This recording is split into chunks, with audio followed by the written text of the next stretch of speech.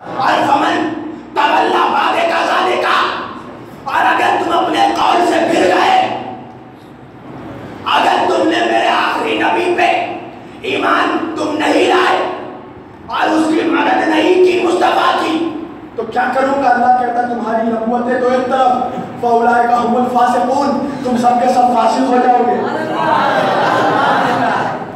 تمام 1,24,000 نبیوں کی نبوتیں ختم کب؟ جب آخری نبی کی مدد نہیں کی۔ تو عالم میثاق میں یہ مولوی کا فرمان نہیں، اللہ کا قرآن ہے، اور میں فرمان سے زیادہ نہیں پڑھتا، قرآن سے زیادہ پڑھتا ہوں۔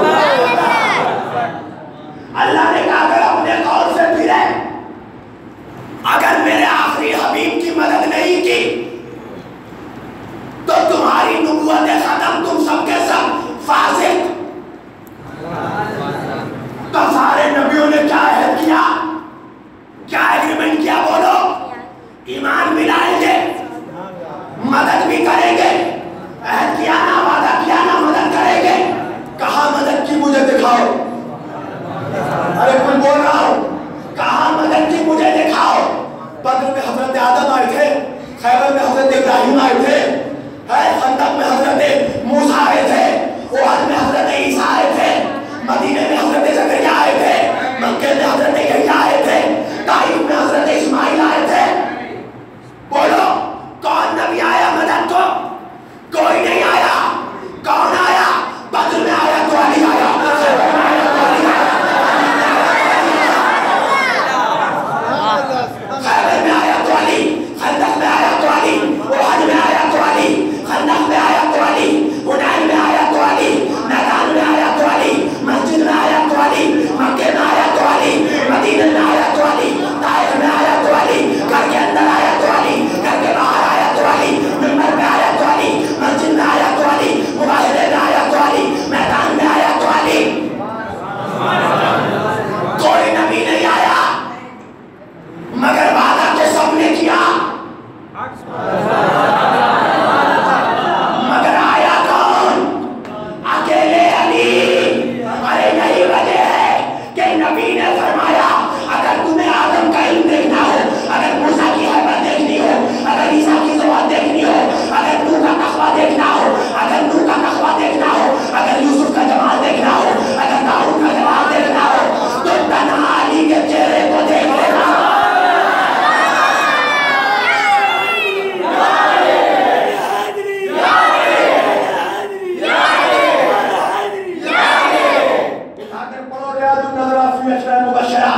اٹھا کے پڑھو کوکب الدری فی مناقب علی بن ابی طالب، ملا صالح کشفیہ سنیہ حنفیہ ترمذی کی کتاب۔ نبی نے کہا اگر آدم کا علم دیکھنا ہے، اگر موسیٰ کی حیبت دیکھنی ہے، اگر عیسیٰ کی ذوات دیکھنا ہے، اگر نوح کا تقویٰ دیکھنا ہے، اگر موسیٰ کا جلال دیکھنا ہے، اگر یوسف کا جمال دیکھنا ہے، اگر 1,24,000 نبیوں کا جلوہ دیکھنا ہے تو علی کے چہرے کو دیکھ لو۔ اب سمجھ میں آیا کہ نبی نے جو کہا علی کا چہرہ دیکھنا عبادت ہے۔ کہا علی کے چہرے کو دیکھ لو۔ اگر نبی یہ حدیث نہ کہتے اور ہر میدان پہ علی آکے نبی کی مدد نہیں کرتے تو اکارڈنگ ٹو قرآن کیا ہوتا؟ کہ سارے نبیوں کی نبوتیں ختم ہو جاتی۔ قرآن کیا کہہ رہا ہے؟ اگر مدد نہیں کی تو سب کے سب فاسق ہو جاؤ گے۔ ارے ہم سے پوچھتے ہو ہم یا علی مدد کیوں کہتے ہیں؟ ارے ایک کم 1,24,000 نبیوں نے اپنا مستقبل یا علی کہہ کے علی کے حوالے کر دیا۔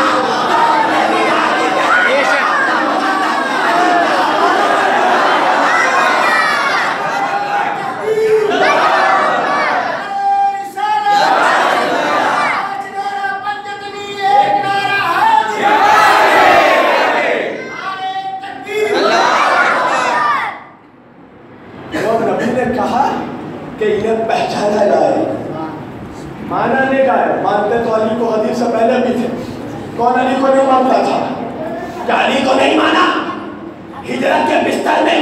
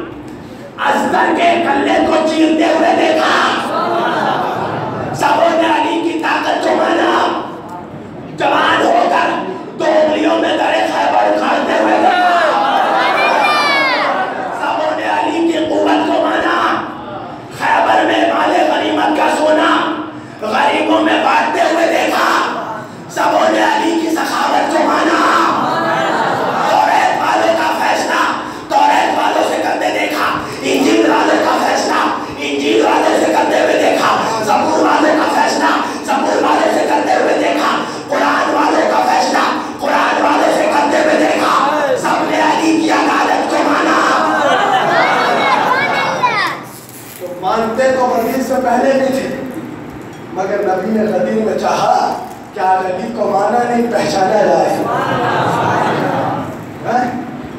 تو اللہ نے کیا کہا کہ سب کے سب گواہ رہنا, تم سب کے سب ایمان لاؤ گے اور میرے نبی کی مدد کرو گے. اب اللہ نے قرآن کی آیت میں ایک کنڈیشن رکھ دی. کیا کنڈیشن رکھا؟ کنڈیشن یہ رکھا کہ نبی کی مدد وہی کرے گا جو پہلے ایمان لے کر آیا ہوگا. ارے بہت بڑا جملہ کہہ دیا میں نے. اللہ نے قرآن میں قانون بنا دیا, نبی کی مدد کوئی کافر نہیں کر سکتا. نبی کی مدد وہی کرے گا جس کے پاس ایمان ہوگا. تاریخ اٹھا کر پڑھو, کعبے کے سامنے ابو جہل نے نبی کی شان میں گستاخی کرنا چاہا.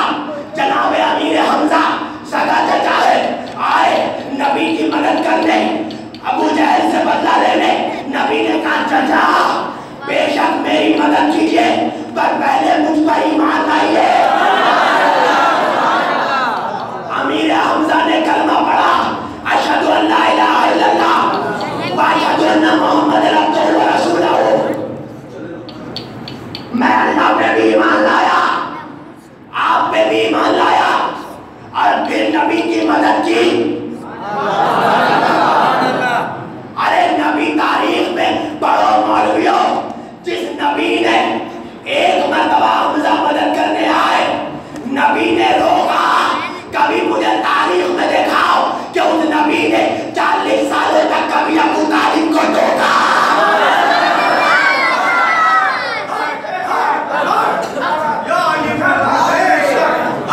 ارے ایک دن بغیر ایمان لائے کوئی نبی کی مدد نہیں کر سکتا. اللہ کو یہ بھی گوارا نہیں کہ کوئی کافر کسی کافر سے نبی ایک دن بھی مدد لے. تو 40 سال تک نبی کو کھانا کھلانے والا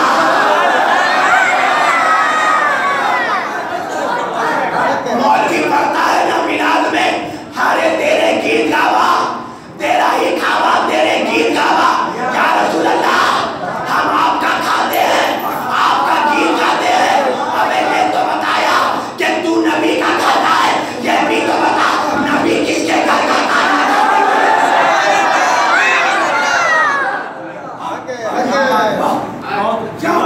یہ بھی تو بتا کہ 40 سالوں تک کون اپنے بیٹے کو اٹھا کے نبی کے بستر پہ لٹاتا تھا, اور نبی کو اٹھا کے علی کے بستر پہ لٹاتا تھا. اگر کوئی محمد کو قتل کرنے آئے تو اپنا بیٹا قتل ہو جائے.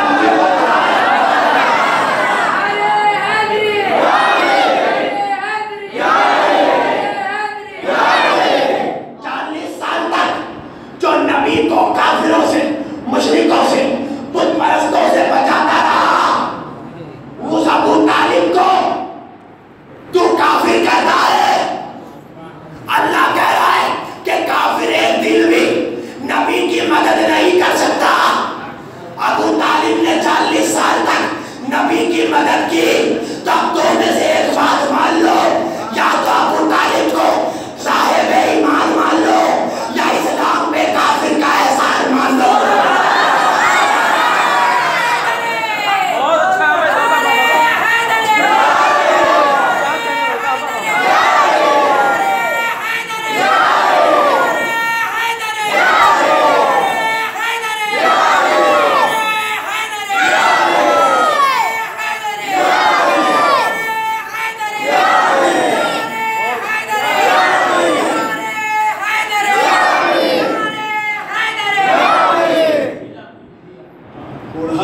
پڑھے کلمہ تو مسلمان ہو جائے. اور مسلمان نے کلمے کو پالا جائے.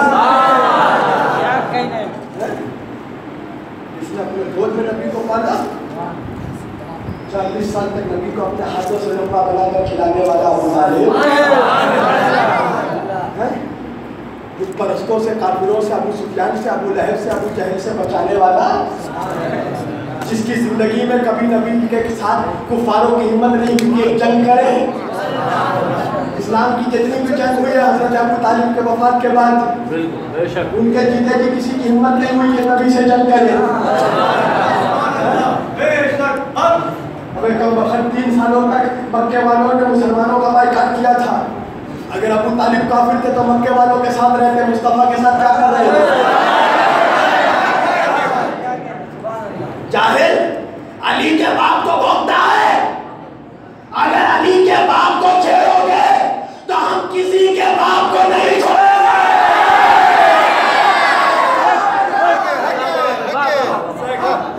اگر علی کے باپ کو چھیڑو گے تو ہم کسی کے باپ کو نہیں چھوڑیں گے.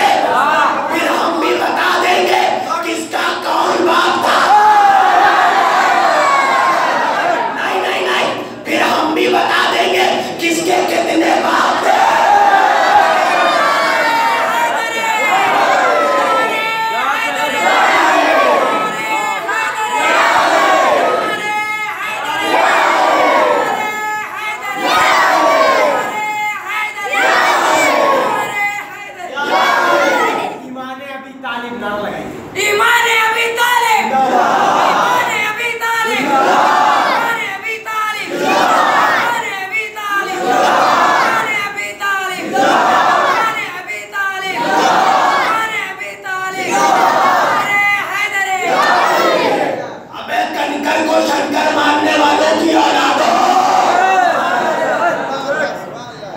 علی کے باپ پہ بہت رہا ہے. میرے شہر کے بہت بڑے مولوی کے بیٹے کا نکاح تھا, تو اس کو بہت مانتے تھے. کہا مولانا شبیر صاحب میرا جی چاہتا ہے, آپ اولاد علی ہیں, آپ اولاد نبی ہیں, میرا جی چاہتا ہے کہ میرے بیٹے کا نکاح آپ پڑھیں. ضروری نہیں کہ ہر سید اپنے نام کے ساتھ سید لکھتا ہو. چہرہ بتا دیتا ہے کس کا کیا چہرہ ہے. شبیر کو ضرورت نہیں ہے کہ وہ اپنے نام کے ساتھ سید لکھے. میں اپنے آبا و اجداد کے نام کا کاروبار نہیں کرنا چاہتا. میں علی کا غلام ہوں, یہی میرے لیے بہت بڑا بات ہے. ان کی غلامی پہ ہی ناز ہے. مولانا میرا جی چاہتا آپ میرے بیٹے کا نکاح پڑھ دیں. میں نے کہا بھائی میں جلسوں میں بڑا مصروف رہتا ہوں. مولا نے میری ڈیوٹی لگائی ہے کہ پوری زندگی میں سنی کو سنی بنا دوں. سنی کو بریلوی نہیں, سنی کو سنی.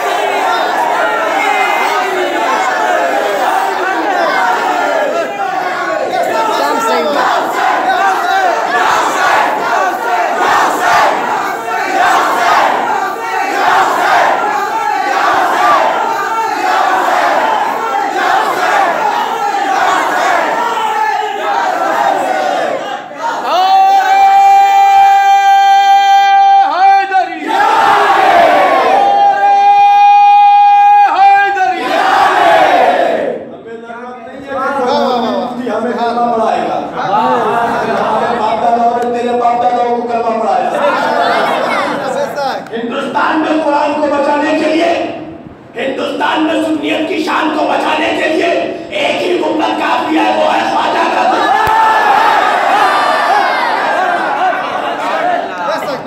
ہمیں کسی اور گنبد کی ضرورت نہیں ہے. بتائیں کہ نبی کی شان کیا ہے. کل کا شیخ, کل کا چولا, کل کا پٹھان ہمیں بتائے گا. ارے تو کیا تیرے باپ داداؤں کو بھی قرآن نبی سے ڈائریکٹ نہیں ملا, خواجہ کے ہاتھوں سے.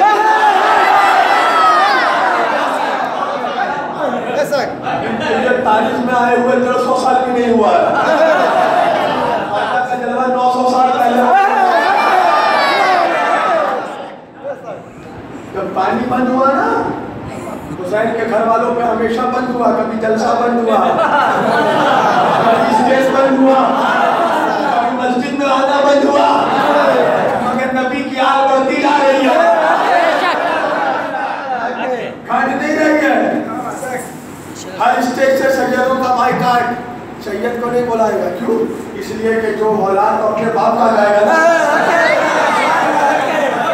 اپنے باپ کا جائے گا تو شبیر تو اپنے باپ کا جائے گا. پانی بند کیا بادشاہ نے, وقت کے یزید نے. غریب نواز نے کہا فخر الدین گردیزی جاؤ جا کے اپنا سامر کو ماں خواجہ نے بلایا. کوزے نے انا ساگر چلایا. مولوی پریشان ہو گیا, بولے خواجہ کوزے میں بلا لے انا ساگر اور حسین دریائے فرات کو خیمے میں نہیں بلا سکتے. جو خواجہ کے بھی بابا, جو خواجہ کے بھی دادا, میں کم بخت کربلا اور ہندوستان میں فرق ہے. وہاں اسلام بچانا تھا.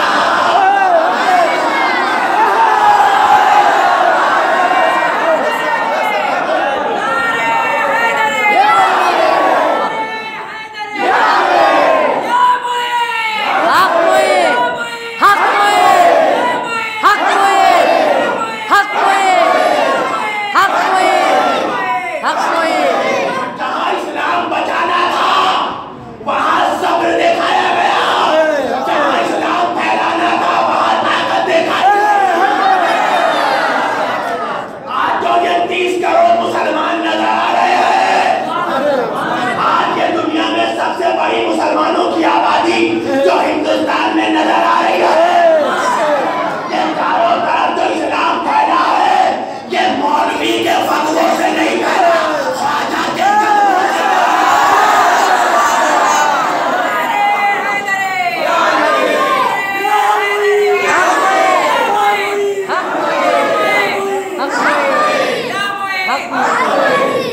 ہم ہر بزرگ کی عزت کرتے ہیں, ہم ہر بزرگ ہر عالم دین کی عزت کرتے ہیں, مگر یہ گوارا نہیں ہے کہ اگر باپ کے نام کو کوئی پوتا کیش کرا کے کھائے گا تو اس کو بھی مانیں گے. یہ نہیں ہے ہم. اس لیے سیدوں سنت لجنا, اس لیے کہ جو خون میرے نبی کے رگوں میں بہتا تھا وہی خون آج سیدوں کے رگوں میں بہتا ہے. سید سادات کون ہے معلوم بھی ہے مولوی؟ سادات خون مصطفیٰ ہے. تو مصطفیٰ کے قدموں کی دھول بھی نہیں ہے, سید مصطفیٰ کا لہو ہے. سادات کے رگوں میں خون مصطفیٰ بہ رہا ہے. تو اللہ تو اب مولوی صاحب کے بیٹے کا اگر بات لے کے کہاں چلے جاتی ہے, اللہ جانے مولا کیا پڑھوانا چاہتے ہیں مجھ سے, اور اللہ جانے کتنے مولویوں کا فتویٰ لگانا چاہتے ہیں تیرے اوپر. معلوم ہے بہت فتویٰ لگے گا, جہاں تک ریکارڈنگ جائے گی وہی فتویٰ. مجھے تیرے فتووں سے ڈر نہیں ہے. اسلام میں اپنی ضرورت پڑے گی آل رسول آئیں گے تو مسجد میں چھپ جائے گا. دین زندہ, اصول زندہ ہے, کربلا کے وہ خون زندہ ہے. سر کٹانے کو اب بھی آل رسول زندہ ہے. تیرے باپ داداؤں نے پسینہ بھی نہیں بہایا, میرے باپ داداؤں نے خون بہایا. اسلام سر جھکانے کی وجہ سے نہیں بچا, سر کٹانے کی وجہ سے. تیرے جیسے دو کوڑی کے نوازیوں کی ضرورت بھی نہیں ہے اللہ کو. وہ ایک سجدہ جسے تو میرا سمجھتا ہے, خدا سجدوں سے دیتا ہے آدمی کو نکال. کون سجدہ؟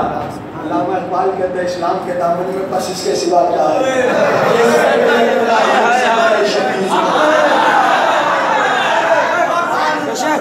علامہ اقبال جس کا کلام پڑھنے کے بعد مولوی علامہ بن جاتا ہے. وہ علامہ اقبال کہتے ہیں اسلام کے دامن میں کچھ نہیں بچا, کھنگال کے دیکھو بس دو ہی چیزیں ہیں, یا علی کی تلوار ہے یا حسین کا سجدہ ہے.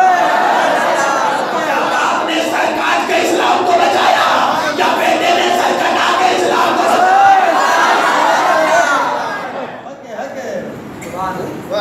جب باپ نے سر کاٹ کے اسلام کو بچایا ہے اور خندق کو وہاں دوبارہ رکھو, جب بیٹے نے کربلا میں سر کٹا کے اسلام کو بچایا. یہ جو اسلام کی کھیتی ہری بھری نظر آ رہی ہے نا, سیدوں نے اپنے خون سے سینچا ہے. مدینے سے نبی نے کسی مولوی کو نہیں بھیجا, اپنی اولاد کو بھیجا تھا. نبی کو معلوم تھا مولوی کو بھیجیں گے تو جا کے خالی فتوا دے گا, مسلمان کو کافر بنائے گا, مگر میری اولاد جائے گا تو میرا اخلاق دکھا کے کافروں کو مسلمان بنائے گا. مولوی کا فتوا نے کیا کیا, وہ سنی نہیں وہ کافر, وہ سنی نہیں وہ کافر, شبیر الوارثی سنی نہیں, طاہر القادری سنی نہیں, ہاشمی میاں سنی نہیں, مدنی میاں سنی نہیں, مخدوم سنی, مخدوم سنہ سنی نہیں, تو تیرا باپ سنی ہے. نبی نے سنیت کا ڈوبرا تیرے ہاتھ میں دے دیا تھا کہ تو جسے چاہے گا ان کر دے گا, تو جسے چاہے گا ان کرے گا. ہندوستان میں جتنے سنی ہیں سب کے سب پہلے چشتی تھے. پہلے خواجہ کو دیکھا پھر ایمان لے کر آئے. تیرے منحوس چہرے کو دیکھتے تو کوئی ایمان نہیں لاتا. خواجہ کے چہرے میں جلوہ مصطفیٰ نظر آیا, خواجہ کے چہرے میں شان مرتضی نظر آیا, خواجہ کے رگوں میں فاطمہ کا دودھ نظر آیا, خواجہ کے رگوں میں علی حسن حسین کا خون نظر آیا. جب نبی کا نور, فاطمہ کا دودھ, علی کا خون اور حسن و حسین کی قربانیاں ایک ساتھ ملتی ہیں تو معین الدین چشتی بنتا ہے. تو غریب نواز بنتا ہے. آج غیروں کو اگر ڈر ہے کسی سے تو صرف خواجہ سے ڈر ہے, جو ہر جگہ ہندوستان میں مسلمان مار کھا رہا ہے اسی لیے کہ نمک حرام خواجہ کی نمک حرامی کر رہا ہے. مولوی کے پاس فل مولوی کے پاس دوہرا مگر اجمیر نہیں جائے گا. کہے بولے اجمیر میں تو 90% میں نمازی جاتے ہیں. میں نے کہا تو, بولے میں تو پکا نمازی. سجدوں کا نشان نہیں دیکھا. میں نے کہا میں مسجد میں نماز پڑھنے گیا تھا یا ہدایت ہونے گیا تھا. پورے ساتھ سجدوں کا نشان نہیں آیا. رمضان میں تراویح پڑھ کے نکلا, اتنا بڑا چہرے کو کالی کر دیا تاکہ زمانے کو دکھائے کہ بہت بڑا نمازی ہے. میں نے کہا تو, ہم تو بہت بڑے نمازی. میں نے کہا تو کبھی اجمیر گیا؟ ہم تو کبھی نہیں گئے. ہم تو کبھی نہیں گئے. میں نے کہا تو آپ جب مسجد میں جانا تو اپنے گناہوں کی توبہ کرنا, اس لیے کہ خواجہ کے بارگاہ میں وہی جاتا ہے جسے خواجہ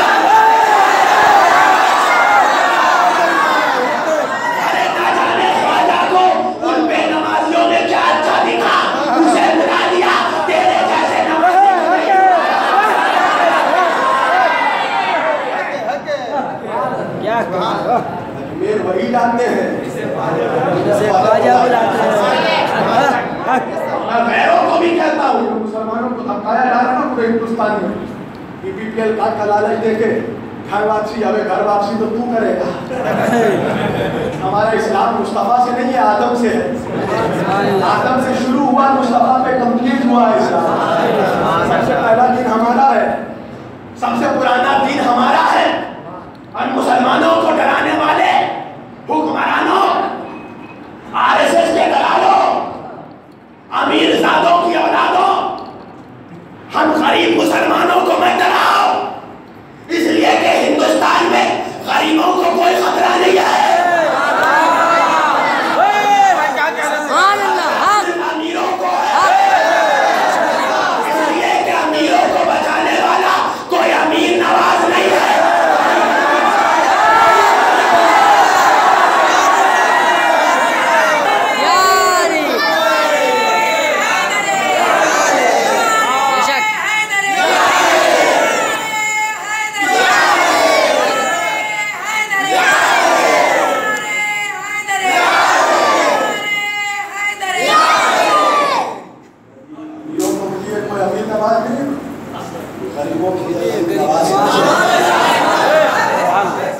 سنیوں کا کیا, مسلمانوں کا مرکز کل بھی اجمیر تھا,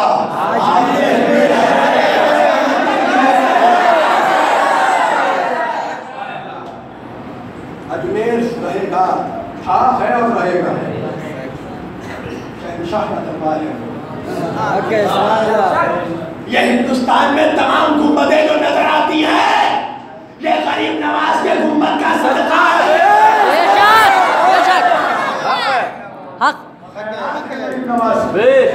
عید میں غریب نواز کی گئی جیسے بھکاریوں کے جھولی میں ڈال دیا اسلام کو، کلمہ پڑھا دیا.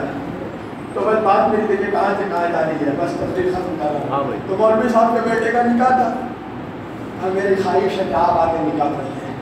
میں نے کہا بھائی میں تھوڑا جلسے میں مصروف رہتا ہوں، اگر مجھے فرصت ملی تو انشاءاللہ میں بلاؤں گا. ڈیٹ آیا، شادی کا ڈیٹ آ گیا. فون کیا مجھے، دیکھا ابھی دبئی سے فون آ رہا تھا، میں نے ریسیو نہیں کیا.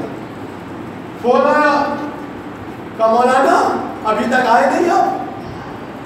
میں نے کہا کیوں کیا ہوا؟ اب خیریت؟ کہہ رہے بیٹے کا نکاح ہے، آپ سے میں نے کہا تھا کہ میرے بیٹے کا نکاح پڑھیے. کہا بھائی میں تو باہر ہوں، میں بھی ہندوستان کے باہر ہوں، دبئی میں ہوں، ابھی فوراً کیسے آؤں؟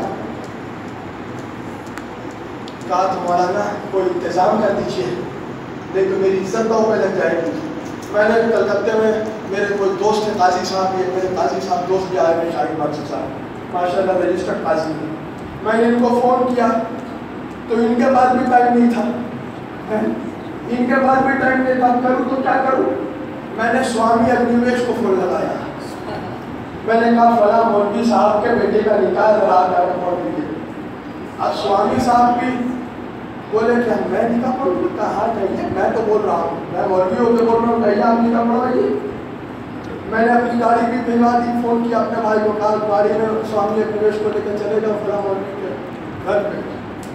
اب وہاں مولوی صاحب کھڑے ہیں کہ میرے بیٹے کے لیے کوئی قاضی بھیج رہے ہیں شفیع صاحب. اب میری گاڑی پہنچی، گاڑی کا گیٹ کھولا، گاڑی کے اندر سے نکلے سوامی اگنیویش، ماتھے پہ اتنا بڑا تلک، پورا سیفرون لباس آئے. اب انہوں نے دیکھا کہ آپ کس لیے آئے؟ کہ آپ کے بیٹے کا نکاح پڑھا گیا. کس نے بھیجا؟ کہا مولانا شبیر واسی نے بھیجا.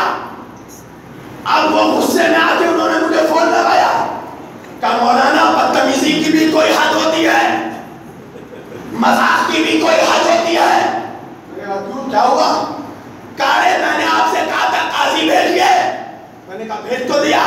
کہا رہے آپ نے تو سوامی کو بھیجا، پنڈت کو بھیجا ہے.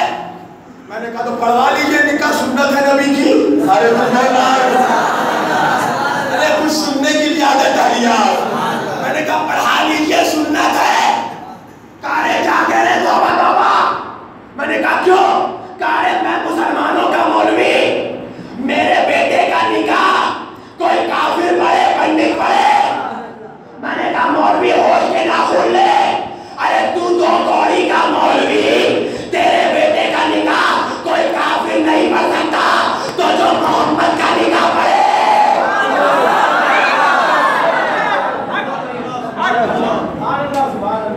جو رسول اللہ صلی اللہ علیہ وسلم کا نکاح پڑھا ہے، نبی نے تعریف پڑھی ہے، نبی نے 12 نکاح ملتا ہے، مگر اللہ اکبر کیا مرتبہ حضرت ابو طالب کا.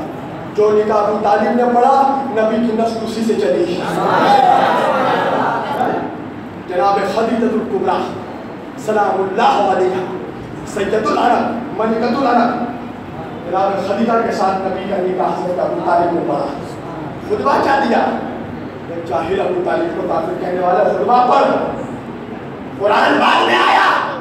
ابو طالب نے پہلے کہا الحمدللہ الذی، تمام تعریف ہے اس اللہ کے لیے جس نے ہمیں ابراہیم کی نسل میں رکھا اور اسماعیل کی ذریت میں رکھا. یہ میرا بھتیجا جو سید العرب ہے، یہ میرا بھتیجا جو صادق اور امین ہے، میں اس کا نکاح کرتا ہوں خدیجہ بنت خویلد کے ساتھ. کس نے نکاح پڑھا؟ حضرت ابو طالب نے نکاح پڑھا، اور اسے کہتا ہے کافر ہے. میں نے کہا نا یہی بات ہے، بس اس خطا پہ زمانے نے تجھ کو چھوڑا ہے کہ تیرے رام نے ان کے بتوں کو توڑا ہے. یہ علی کی دشمنی ہے کہ ان کے بابا کو کافر کہا جاتا ہے. عزیزان گرامی، یہ ان کو کوئی حق نہیں ہے جو ابو طالب کو کافر کہتے ہیں.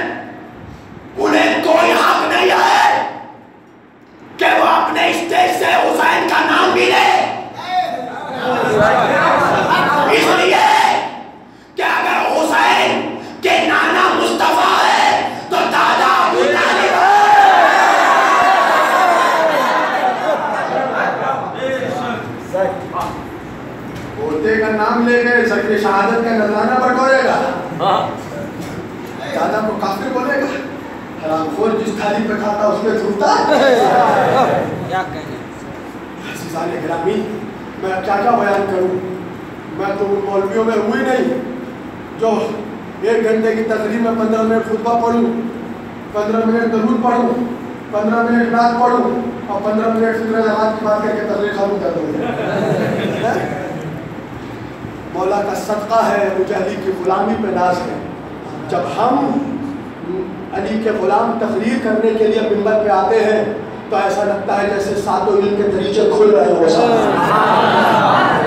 قسم خدا کی اگر فجر تک مجھے کھڑا کر دو گے تو میں علی کی قسم کھا کے کہتا ہوں کہ میں فجر تک علی کے ایسے ایسے فضائل بیان کروں گا کہ منافقوں کی نیند حرام ہو جائے گی، نیند حرام کر دوں گا میں۔ ہمیں دوستوں کو ہنسانے میں بھی مزہ آتا ہے اور دشمنوں کو جلانے میں بھی مزہ آتا ہے۔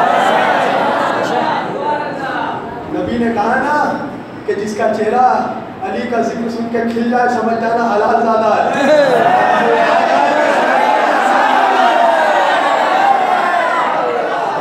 واہ بے شک۔ ادب کی بات کروں گا حدود کے اندر، واہ ادب کی بات کروں گا حدود کے اندر، کہ دین بند ہو جیسے درود کے اندر۔ علی کے نام کا نعرہ وہی لگاتا ہے حلال خون ہے جس کے وجود کے اندر۔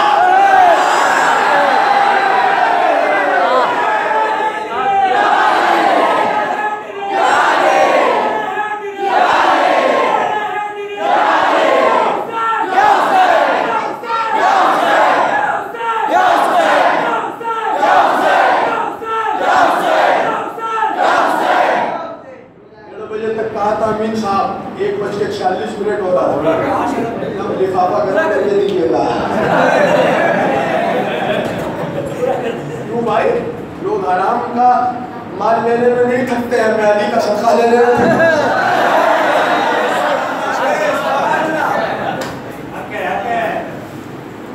سیدوں پہ صدقہ حرام ہے، مگر سیدوں پہ اللہ نے خمس بھی واجب کیا ہے۔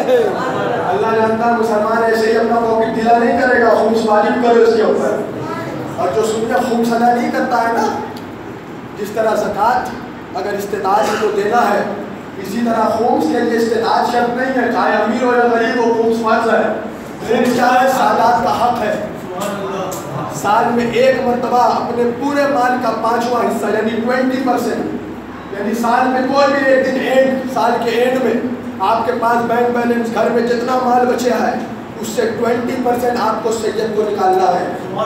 سید کے لیے اس کو خمس کہتے ہیں، اور اگر نہیں نکالیں گے تو محشر میں نبی اور آل نبی کے غدار مانا جائے گا۔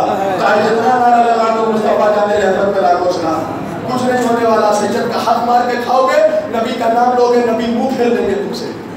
سیدوں کا حق ہے خمس۔ اور بھی زکوٰۃ اور فطرے کی آیت پڑھتا ہے، خمس کی آیت غائب کر دیتا ہے قرآن سے۔ جس قرآن میں خمس فطرہ کی زکوٰۃ کی آیت ہے، اس قرآن میں خمس کی بھی آیت ہے۔ سنیے آپ کو بتا دیتا ہوں، جو اب تک نہیں نکالا وہ توبہ کرے اللہ کی بارگاہ میں، نبی کی بارگاہ میں، کہ نبی ہم نے آج تک آپ کے اولادوں کا حق مارا ہے، اور نکالنا شروع کرے، اسی عید سے شروع کرے سیدوں کو نکالنا۔ 5واں حصہ 20% اپنے مال کا، اسے خمس کہتے ہیں۔ بس یہ پیغام تھا جو میں نے آپ تک پہنچا دیا۔ اب انشاءاللہ زندگی رہی تو میں ہوں آپ اور ذکر علی ہوتا رہے گا۔ مجھے اس بات کا غم نہیں ہے میرا کوئی بائیکاٹ کرے نہیں آئے، کوئی پسند کرے نہیں کرے، ابے میں تجھے راضی کرنے کے لیے تھوڑی پڑھتا ہوں۔ مجھے تو نبی کو راضی کرنا ہے، علی کو راضی کرنا ہے، مجھے اپنے آقا و مولا اپنے پیر و مرشد کو راضی کرنا ہے۔ وہ راضی ہو جائے، مجھے تیرے جیسے دو کوڑی کے آدمی سے مطلب ہی کیا ہے؟ میں رزق کا مالک کرنا ہے، رزق بانٹواتا ہے اہل بیت کے ہاتھوں سے۔ رزق بانٹنے والے ہیں نبی اور آل نبی۔ نبی نے کہا نا اللہ مالک ہے، ہم قاسم ہے، ہم تقسیم کرنے والے ہیں۔ اللہ رزق بانٹواتا ہے نبی اور آل نبی کے ہاتھوں سے، اس کا ہمیں کوئی غم نہیں۔ اللہ نے گرامی، علی ستم کو سراسیم کرنے والا ہے، علی شجاعوں کو دو نیم کرنے والا ہے۔ علی نصیبوں میں ترمیم کرنے والا ہے، علی ہی رزق کا تقسیم کرنے والا ہے، علی ہی رزق کا تقسیم کرنے والا ہے۔ تو سوالیوں کی صدا تک اسیر ہو جائے، علی نہ دے تو زمانہ فقیر ہو جائے۔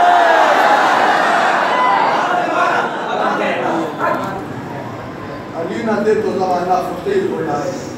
عزیزو، جو علی زمانے کو بانٹتا تھا، آج اسی علی کی شہادت کی تاریخ ہے۔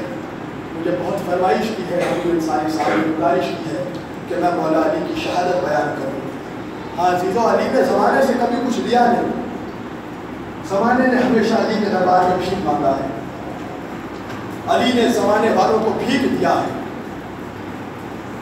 زمانے سے کچھ لیا نہیں۔ اسی علی پہ وہ ستم کہ 200 سال تک 70,000 منبروں سے علی کو گالیاں دی جاتی تھی۔ آج بے غیرت سے بے غیرت مسلمان بھی اگر ہوگا اور منبر پہ آ کے کوئی مولوی کوئی مفتی اگر جتنا بڑا مفتی مولوی ہو اگر علی کے شان کو گستاخی کرے گا تو جاہل سے جاہل بھی مسلمان ہوگا تو گریبان پکڑ کے کھینچ لے گا ادھر منبر سے، مفتی ہوگا اپنے گھر کا۔ علی کے شان میں گستاخی برداشت نہیں ہوگی، اور قسم خدا کی اگر حلال خون ہے تو کبھی برداشت کرنا بھی نہیں۔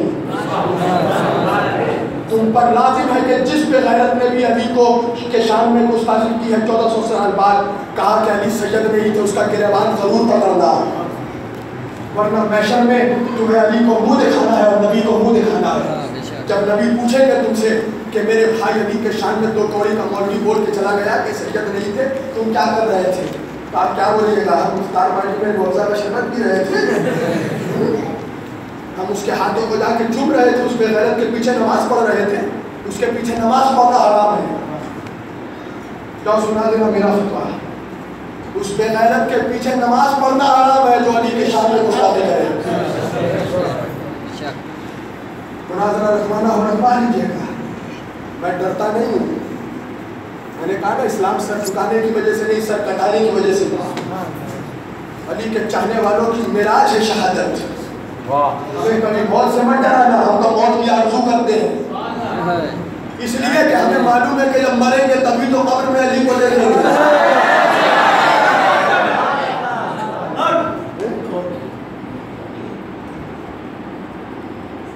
جب مریں گے تبھی تو علی کی زیارت ہوگی۔ علی نے کہا نا میں قبر پہ آؤں گا، تو ہم تو جی رہے ہیں کہ ایک لمحے کے لیے علی کا چہرہ دیکھیں۔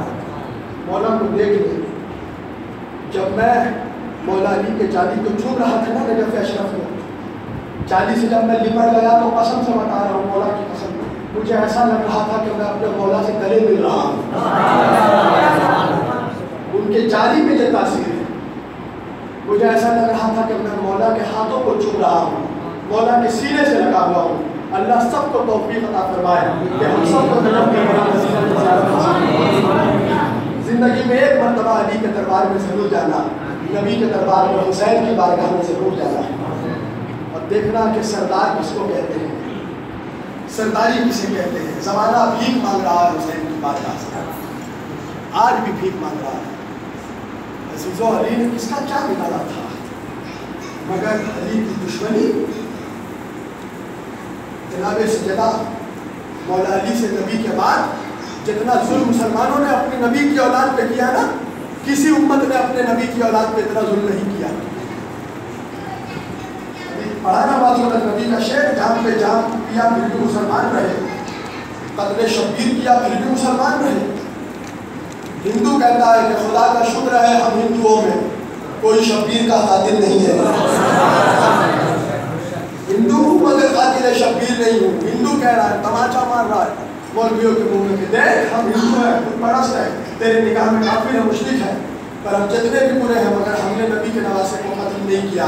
تو نے کلمہ پڑھا، تو نے قرآن پڑھا، تو نے نماز پڑھا، تو نے روزہ رکھا، تو نے حج کیا، اور تو نے ہی نبی کے نواسے کا سر کاٹا۔ کیا ہو گیا تھا کربلا میں مسلمانوں کو؟ کیسی بے غیرتی تھی کہ لاکھوں کی تعداد میں مسلمان دیکھ رہے ہیں اور نبی کے لخت جگر، جس کے گلے کو نبی چومتے تھے، جس کے جسم کو نبی چومتے تھے، جس کے لیے نبی کہتے تھے، نبی صرف چومتے نہیں تھے، سن لیجیے، حسن و حسین کو صرف نبی چومتے نہیں تھے، سنتے تھے۔ ارے چومنے والے تو بہت مہنگا مل جائیں گے، جو اپنے نواسے کو چومتے ہوں گے، سونگنے والا کوئی نہیں ملے گا۔ مصطفیٰ صرف چومتے نہیں تھے حسن حسین کو، سونگتے تھے۔ صحابہ اکرام نے پوچھا یا رسول اللہ یہ بات سمجھ میں نہیں آئی، آپ چومتے ہیں سمجھ میں آ گیا، سونگتے کیوں ہیں؟ کہا اس لیے سنتا ہوں کہ یہ دونوں جنت کے سردار ہیں، ان کے جسم سے جنت کی خوشبو ہے، اس لیے میں حسن حسین کو سنتا ہوں۔ کیا گزری ہوگی اس نبی پہ کبھی سوچا ہے؟ جب حسین کا سر کٹ رہا ہوگا، یزید کے لشکر میں 150 حافظ قرآن تھے، کتنے؟ 150 حافظ قرآن، 40,000 مفتیوں نے فتویٰ دیا کہ حسین کو قتل کرو۔ عمر ابن سعد جو آیا تھا نا، 40,000 مفتیوں کا فتویٰ لے کر آیا تھا، حسین کا قتل جائز ہے، وہ بھی مفتی ہو کر فتویٰ دے رہا ہے کہ نبی کے نواسے کا قتل جائز ہے۔ یہ مفت خور مفتی حسین کا خون غیروں نے نہیں بہایا، مسلمانوں نے بہایا۔ علی کے سر پہ ضرورت کسی ہندو نے نہیں لگائی، مسلمان نے مارا۔ ابھی بول رہے تھے نا امام حسن کے جنازے پہ نبی کا بڑا نواسا حسن مشتبہ، جب نبی کے پہلو میں دفن کرنے کے لیے جنازہ لایا گیا نا تو مسلمانوں نے 1000 تیر مارا امام حسن کے جنازے پہ کہ ہم نبی کے نواسے کو نبی کے پہلو پہ دفن نہیں ہونے دیں گے۔ سفید کفن خون میں بدل گیا، سرخ ہو گیا، لال ہو گیا۔ جا کے امام حسین نے جنت البقیع میں امام حسن کے جنازے کو دفن کیا۔ تو جو ظلم نبی کے بعد نبی کی اولادوں پہ مسلمانوں نے کیا ہے کسی نے نہیں کیا۔ آج مسلمان رو رہے ہیں نا اللہ اللہ ہم غریبی، ہم غریب، ہم چور، ہم ڈاکو، ہم شرابی، ہم جوہری، ہم زناکار، ہمیں مارا جا رہا، عراق کو مارا جا رہا، افغانستان پہ۔ اگر تم نے تو اپنے نبی کی اولادوں کو مارا ہے تو تجھے امریکہ نہیں تو کون مارے گا؟ نبی کی اولادوں کو تیرے باپ داداؤں نے مارا ہے، وہ ٹھیک تھا۔ اب جب مار کھا رہے ہو تو سمجھ میں آ رہا ہے کہ جب چوٹ لگتی ہے تو کتنی تکلیف ہوتی ہے، کیا بیت رہا ہوگا۔ نبی جب دیکھ رہے ہوں گے عرش الہی سے کہ امام حسین کے سر کو کاٹ کے نیزے میں کٹے ہوئے سر کو اٹھایا جا رہا تھا، ظالم ڈھول بجا بجا کر ناچ رہے تھے۔ جس گھر سے پردہ سیکھا مسلمان عورتوں نے، جس فاطمہ زہرا کے لیے نبی کھڑے ہوتے تھے، اس فاطمہ زہرا کی بیٹیوں کو، زینب و ام کلثوم کو کبھی کوفہ کبھی شام کے بازاروں سے ننگے سر پھرایا گیا، سر سے چادر چھین لی گئی، سر پہ گرم پانی پھینکا گیا، بازار یزید میں کھڑا کیا گیا۔ مسلمان یزید کے دربار میں مولوی لوگ بھرے ہوئے، یزید امام حسین کے کٹے ہوئے سر پہ شراب ڈالتا تھا، شطرنج کھیلتا تھا۔ یہ الگ بات ہے کہ وہ شراب سرکے میں تبدیل ہو جاتا تھا، مشک و گلاب میں تبدیل ہو جاتا تھا، مگر وہ شراب ڈال کے حسین کے سر پہ حرمتی کرتا تھا اور کہتا تھا کہ دیکھو نبی کی اولادوں کا کیا انجام ہو رہا ہے۔ کسی مسلمان کی ہمت نہیں ہوئی کہ یزید کو اٹھ کے کہے یزید تو جس نبی کا کلمہ پڑھ رہا ہے اس کے نواسے کے کٹے ہوئے گردن پہ شراب ڈال رہا ہے۔ تو وہ مسلمان اس بدقسمتی مسلمانوں کا مقدر نہیں تو کیا بنے گی، جس نے اپنے نبی کی اولادوں کو ستایا، آج بھی ستا رہے ہیں۔ آج بھی کیا ہو رہا ہے؟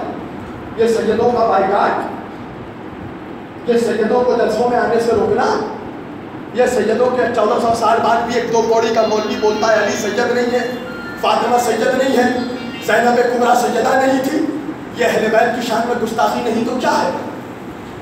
کس نے کہا کہ صرف 200 سال پہلے گالیاں دی جاتی تھی؟ آج بھی مولوی گالی دے رہا ہے اور ہم تماشا دیکھ رہے ہیں۔ جواب دینا ہے آپ سبوں کو، میرا کام ہے میں پیغام پہنچا دوں، جواب آپ کو دینا ہے کہ یا رسول اللہ آپ کی اولادوں کے بارے میں 1-2 پوڑی کا مولوی کہہ رہا تھا کہ آپ کی بیٹی سیدہ نہیں ہے، اور ہم لوگ افطار کھولنے میں لگے ہوئے تھے، نیا کپڑا خریدنے میں لگے ہوئے تھے۔ اب پھر مسلمان بولتا ہے ہم لوگ کی دعا قبول نہیں ہوتی ہے، مانگ مانگ کے تھک گئے، اللہ دعا نہیں قبول کر رہا، اللہ کیسے قبول کرے گا؟ نبی کی اولادوں سے غداری کرے گا؟ نماز میں جس نبی کی آل پاک پہ درود پڑھ رہا ہے اسی کے شان میں گستاخی کرتا ہے، سیدوں سے شجرہ مانگ رہا ہے، 2 کوڑی کا 2 کوڑی کے انسان بولتے ہیں کہ آپ سید ہیں تو شجرہ دکھائیے، پہلے تو اپنے باپ دادا کا شجرہ دیکھا، نمک حرام، سیدوں سے شجرہ مانگتا ہے آل رسول سے۔ سننا ایک واقعہ یاد آ گیا، ایک بیوی سیدہ تھی، ایک عورت تھی، مسلمان ملک میں پھر رہی ہے، مسافر ہے، ساتھ میں 2 بچے ہیں، پتہ چلا کہ فلاں جگہ مسلمان علاقہ ہے. مسلمانوں کے علاقے میں گئی, ایک مولوی کے گھر میں دروازہ کھٹکھٹایا. مولوی صاحب نیند سے جاگتے ہوئے اٹھ کے کہا کیا بات ہے؟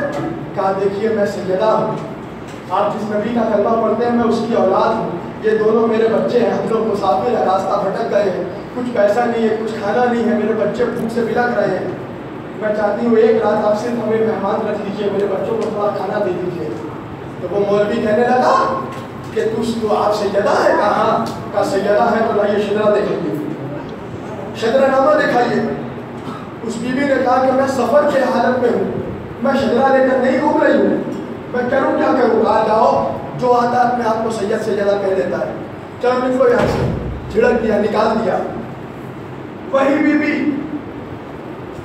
ایک عیسائی کے دروازے پہ جا کے کھٹکھٹائی. ایک عیسائی نے, کرسچن ہے, دروازہ کھولا. کہا کون؟ کہا کہ میں مسلمانوں کی نبی کی اولاد ہوں, یہ میرے دونوں بچے بھوک سے تڑپ رہے ہیں, ہم لوگ راستہ بھٹک گئے ہیں, اگر تھوڑا سا کھانا دے دیجیے, ایک رات کے لیے پناہ دے دیجیے تو میں آپ کے لیے دعا کروں گی. تو اس عیسائی نے کہا یہ آئیے, گھر پہ آئیے, کھانا کھلایا بچوں کو, ایک الگ کمرہ دیا سونے کے لیے. جب رات ہوئی عیسائی بھی سویا, وہاں مسلمان بھی سویا, دونوں سوئے. مسلمان مولوی خواب میں کیا دیکھتا ہے؟ دیکھتا ہے کہ وہ جنت کے سامنے کھڑا ہے, جنت کا دروازہ کھلا, اور جنت کے دروازے میں ایک بہت بڑا محل ہے, اور اس محل پہ وہی بیوی بیٹھی ہوئی ہے, شہزادی بن کر بیٹھی ہوئی ہے, اور اس کے ساتھ وہی اس کے دونوں بچے ہیں. اب اس نے چاہا کہ یہ داخل ہو جنت کے اندر. فرشتوں نے روک دیا. کہا رے کہاں جا رہے ہو؟ کہا رے میں مولوی ہوں, مسلمان ہوں, اندر جانے دو. کہا کچھ ثبوت لاؤ, ثبوت دکھاؤ. کہا رے ثبوت کہاں سے لاؤں گا؟ کہا کہ تیرے گھر میں نبی کی ایک اولاد آئی تھی, تم نے اس سے تو ثبوت مانگا تھا, تو آج تم بھی ثبوت لا, تب تجھے جنت میں انٹری ملے گی. اب یہ نیند سے جاگا, دوڑتا ہوا گلی گلی پھر رہا ہے, کہیں وہ بیوی مل جائے. حق کے دروازے کو کھٹکھٹانے لگا. جب مسلمان علاقوں میں کھٹکھٹا کے تھک گیا, عیسائی علاقے میں گیا, اسی عیسائی کے گھر میں پہنچ گیا. دروازے کو کھٹکھٹایا, عیسائی نکلا. کہا رے تم نے کوئی عورت کو دیکھا ہے مسافر جس کے ساتھ دو بچے ہیں؟ کہا ہاں. کہاں دیکھا؟ کہا وہ میرے گھر پہ آئی تھی, کہہ رہی تھی کہ وہ تمہارے نبی کی اولاد ہے, اس کے دونوں بچے بھوکے تھے. کہا تم نے کیا کیا؟ کہا میں نے اپنے کمرے میں اس کو پناہ دی ہے, میں نے ان کے دونوں بچوں کو کھانا کھلایا ہے. تو وہ مسلمان مولوی کہنے لگا ارے ان لوگوں کو, اس بیوی کو میرے حوالے کر دو, ان بچوں کو میرے حوالے کر دو. عیسائی نے کہا کہ کسی قیمت پہ نہیں کروں گا. کہا جتنا رقم جتنی دولت مانگو گے دے دوں گا, مگر اس بیوی کو میرے حوالے کرو. کہا ہرگز نہیں کروں گا, بالکل نہیں کروں گا.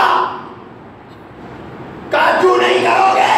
سننا عیسائی کا جواب. وہ عیسائی کہتا اس لیے کہ جو خواب دیکھ کر تو آ رہا ہے, میں نے بھی وہ خواب دیکھا.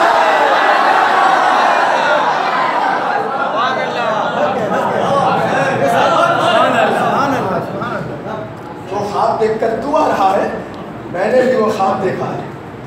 تو یہ تو نبی کی بیٹی کی بیٹی کی بیٹی کی بیٹی کی بیٹی کی بیٹی کا یہ عالم ہے. تو اس بیٹی کا کیا عالم ہوگا جسے نبی اپنے جگر کا ٹکڑا کہتے ہیں. جو فاطمہ آتی تھی تو نبی کھڑے ہو جاتے تھے. نبی نے کہا کہ فاطمہ تو بس تو منی, فاطمہ میرا ٹکڑا ہے.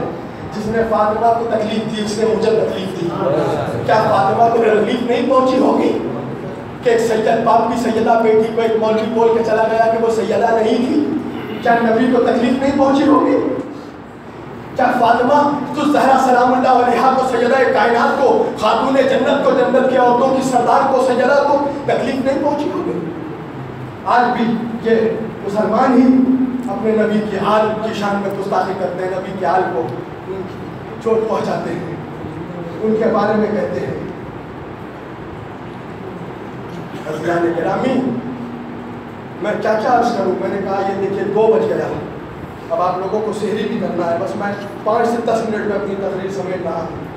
مولا علی کسی کا کچھ بگاڑا نہیں, ایک انگریزوں نے UN نے تحقیق کی کہ دنیا میں سب سے اچھی حکومت کس کی گزری، تو یہودیوں اور انگریزوں نے اپنی رپورٹ پیش کی کہ دنیا میں سب سے اچھی حکومت تاریخ انسانی میں آج تک کسی نے کی ہے تو وہ علی نے کی ہے، اس لیے کہ علی کی حکومت میں کوئی دھوکہ نہیں سویا۔ علی رات کا ایک حصہ علی کا نماز تہجد میں نماز شب میں گزرتا تھا۔ لوگ کہتے تھے ہم علی کے گھر سے 1000 تکبیروں کی آواز سنتے تھے رات میں۔ آپ سوچ لیجیے علی کے دن نمازیں پڑھتے ہوں گے۔ اور علی کی رات کا ایک حصہ غریبوں میں کھانا بانٹتے ہوئے گزرتا تھا۔ علی کا یہ شیوا تھا، آدھی رات نماز پڑھتے تھے اور آدھی رات جا کر غربا کے گھر کے باہر اناج چاول کھانے کا سامان رکھتے تھے اور کھٹکھٹا کے چلے جاتے تھے۔ لوگوں کو معلوم بھی نہیں پڑتا تھا کہ کون کھانا پہنچا کے گیا۔ عزیزو، جب مولا علی کی شہادت ہوئی نا تو حسن و حسین ایک غار کے پاس سے گزر رہے تھے جنازے کو دفن کرنے کے بعد۔ کیا دیکھا کسی کے رونے کی آواز آ رہی ہے۔ امام حسن و حسین داخل ہوئے، دیکھے بوڑھا نابینا شخص، اندھا شخص رو رہا ہے۔ کہا کیوں رو رہے ہو؟ کوئی بات ہے تو بتاؤ، بھوک لگی ہے تو بتاؤ، ہم تمہیں کھانا کھلا دیں گے۔ کہا نہیں، میں کسی کا انتظار کر رہا ہوں۔ کہا کس کا انتظار کر رہے ہو؟ کہا ہے کوئی اللہ کا بندہ جو روز میرے پاس آتا ہے اور آ کے مجھے اپنے ہاتھوں سے کھانا کھلاتا ہے، مجھے اپنے ہاتھوں سے پانی پلاتا ہے، مگر جب سے 19 رمضان آج کی تاریخ آئی ہے، آج 21 رمضان ہو گیا ہے، 3 دن سے وہ شخص آیا نہیں ہے۔ امام حسن حسین نے کہا تجھے میں کیا بتاؤں، تو جس کا انتظار کر رہا ہے 19 رمضان المبارک کو مسجد میں اس کے سر پہ ضربت ماری گئی ہے، وہ اپنے بستر پہ تڑپ رہا تھا، اور 21 رمضان کی تاریخ آج ہم لوگ انہی کے بیٹے ہیں اور ان کے جنازے کو دفن کر کے آ رہے ہیں۔ وہ علی عزیزان گرامی، جب جنگ صفین ہوئی نا، جنگ صفین کس سے ہوئی آپ لوگ پڑھیے تاریخ میں، آپ لوگوں کو معلوم ہے۔ میں اتنی پاک بارگاہ میں کسی حدیث کا نام بھی لینا پسند نہیں کرتا۔ کسی نے جنگ کی تاریخ میں لکھا ہے جنگ صفین میں، جنگ صفین میں جب مالی کے لشکر، حضرت علی کے لشکر کے کمانڈر جب وہ شامیوں کے خیمے تک پہنچ گئے تو کیا کیا پتا ہے شامیوں نے؟ نیزے پہ قرآن کو اٹھایا، نیزے پہ قرآن مجید کو اٹھایا گیا۔ اب کچھ مولا علی کے لشکر کے جو منافق کچھ لوگ تھے وہ لوگ کہنے لگے ہم قرآن پہ تلوار نہیں چلائیں گے۔ مالک لشکر نے کہا ارے اس گھاسے پہ مت پڑھو، علی بولتا ہوا قرآن ہے، تم لوگ علی کے قول کو نہیں مان کے اپنا نقصان کرو گے۔ آخر وہی ہوا، دھوکے میں آ گئے وہ لوگ، اور وہی لوگ بعد میں ایسے علی کے دشمن ہوئے کہ ان لوگوں کا گروہ بنا خوارج کا گروہ۔ رسول اللہ کی حدیث ہے خوارج کے لیے، خارجیوں کے لیے کیا حدیث ہے؟ نبی نے فرمایا خوارج وہ ہوں گے جن کی بڑی بڑی داڑھی ہوگی، ہاتھ میں تسبیح ہوگی، بڑے بڑے عبا جبا پہن کر رہیں گے، جن کے حلق قرآن کی تلاوتوں سے تر ہوں گی، مگر چہرہ انسانوں جیسا ہوگا اور ان کا دل بھیڑیوں جیسا ہوگا۔ تم میدان میں جہاں ادھر پاؤ وہاں قتل کرنا۔ یہ رسول اللہ کی حدیث ہے خوارج کے لیے۔ اور یہی کچھ سازش چل رہی ہے کہ آپ سنیت میں خارجیت کو گھسایا جائے۔ جس طرح دیوبندی نبی کا دشمن ہے، اسی طرح آپ لوگ کوشش کر رہے ہیں کہ سنیوں کو آل نبی کا دشمن بنا دیا جائے۔ سمجھ رہے ہیں اس سازش کو؟ سمجھیے سنیت میں خارجیت، یہ سیدوں سے بغاوت کرنا، یہ سیدوں کے خلاف جگہ جگہ بولنا، یہ ایک کانسپریسی چل رہی ہے کہ ہم کیسے سنیوں کو آل نبی کا باغی بنا سکیں۔ اس لیے ایسے چھاسوں میں مت پڑیے گا، صرف داڑھی اور بڑی ٹوپی آوا دیکھ کر مت بیٹھ جائیے گا۔ یہ بہت بڑی سازش چل رہی ہے، اس سازش سے بچیے۔